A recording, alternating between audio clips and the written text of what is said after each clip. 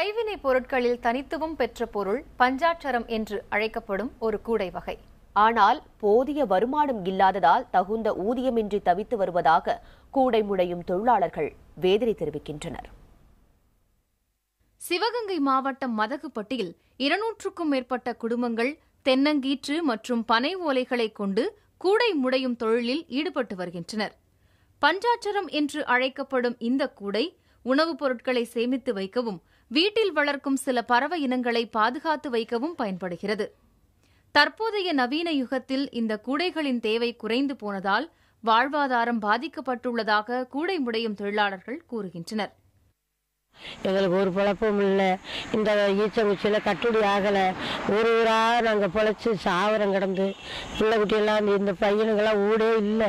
ஊடு இடிஞ்சு பிரிஞ்ச குறையில் இருக்கிற அரசாங்கம் பார்த்து எங்களுக்கு உதவி செஞ்சாங்கன்னா நாங்கள் பொழைச்சிக்குவோம். நாங்கள் பாயை எடுத்து வியாபாரம் பண்ணுவோம்.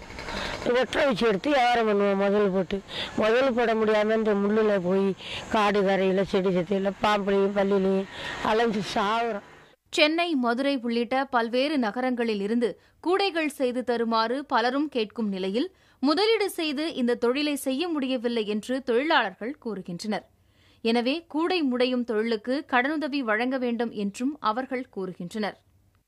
பண வசதி இல்லாதனால எங்களுக்கு கொடுக்க முடியல. எங்களுக்கு கொடுக்காதனால கங்கையில் பணம் கொஞ்சம் ஆதரவு கொடுத்தாங்கன்னா இதை வச்சு இந்த வருமானத்தை வச்சு நாங்கள் கொடுப்போம். வருமானம் கம்மி தான். இதை வச்சு தான் நாங்கள் சாப்பிட்றோம். கொஞ்சம் கடனை கொடுத்தா நாங்கள் கடனை கொஞ்சம் மேலே வருவோம். எங்களுக்கு ஒரு உதவி செய்யுங்க. நலிவுற்ற கூடை முடையும் தொழிலை மீட்டெடுக்கவும் அந்த தொழில் சார்ந்த தொழிலாளர்களை ஊக்குவிக்கவும் அரசு உரிய நடவடிக்கை எடுக்க வேண்டும் என்பதே இந்த தொழிலாளர்களின் கோரிக்கை.